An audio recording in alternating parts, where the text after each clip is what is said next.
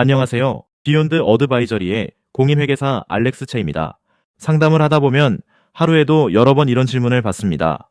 부모님이 한국에서 돈 좀 보내주시려는데 세금 내야 하나요? 제가 부모님께 생활비를 보내드리는데 신고해야 하나요? 다들 5천만 원까지 괜찮다던데요. 많은 분들이 이미 답을 알고 계시지만 확실히 하기 위해 다시 확인하십니다. 그래서 오늘은 회피 요령이 아니라 나중에 크게 다치지 않기 위한 원칙을 말씀드리겠습니다. 먼저 핵심부터 정리하겠습니다. 호주에는 기프트 텍스, 즉 증여세 제도가 없습니다. 부모가 자녀에게, 자녀가 부모에게 돈을 주더라도 그 자체로 연방 차원의 세금은 없습니다. 하지만 매우 중요한 조건이 하나 있습니다. 그 돈의 출처와 성격을 명확히 설명할 수 있어야 한다는 점입니다. 생활비인지, 학비인지, 의료비인지, 혹은 투자금이나 사업자금인지에 따라 ATO가 보는 시선이 완전히 달라집니다. 특히 금액이 크거나 반복된다면 출처 증빙을 요청받을 가능성이 높습니다. 이 돈이 어디서 왔는가? 그 한 줄을 설명하지 못하면 세금은 순식간에 리스크로 변합니다. 반대로 한국은 다릅니다. 한국에는 증여세 제도가 있습니다. 흔히 5천만 원까지는 괜찮다고 하지만 그건 단순히 일반적인 기본공제를 단축해 말한 표현입니다. 실제로는 10년 합산 규정, 수증자의 거주자 여부, 그리고 과거 수증 이력에 따라 결과가 달라집니다.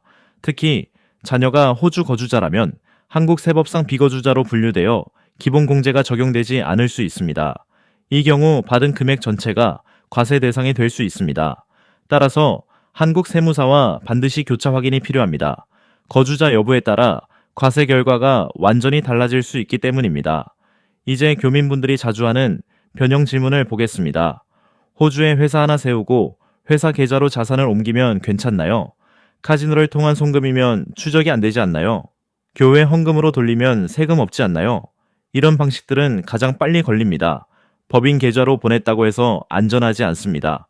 호주에서는 계좌 명의가 아니라 누가 실제로 통제하고 이익을 얻는지를 봅니다.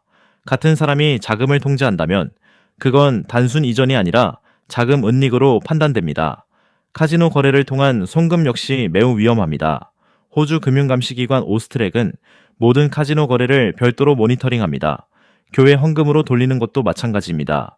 비영리 단체라고 해서 면세에 만능 열쇠가 되는 것은 아닙니다.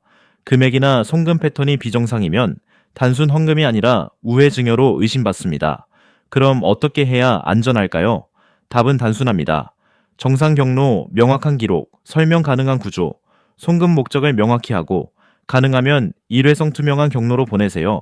이체 명세서, 용도 메모, 가족관계 증명서를 보관하고 필요하다면 간단한 증여, 확인서를 문서로 남겨두세요.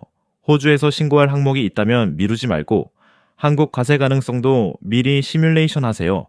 마지막으로 꼭 기억하세요. CRS, 즉 커먼 리포팅, 스탠더드 제도는 이미 전 세계적으로 작동 중입니다. 은행, 카드사, 송금업체, 증권사, 부동산 데이터가 연결되어 국가 간 자동으로 교환됩니다. 지금 조용한 건 시스템이 아직 퍼즐을 완성하지 않았을 뿐입니다. 퍼즐이 맞춰지는 순간 ATO에서 편지가 옵니다. 정리하겠습니다.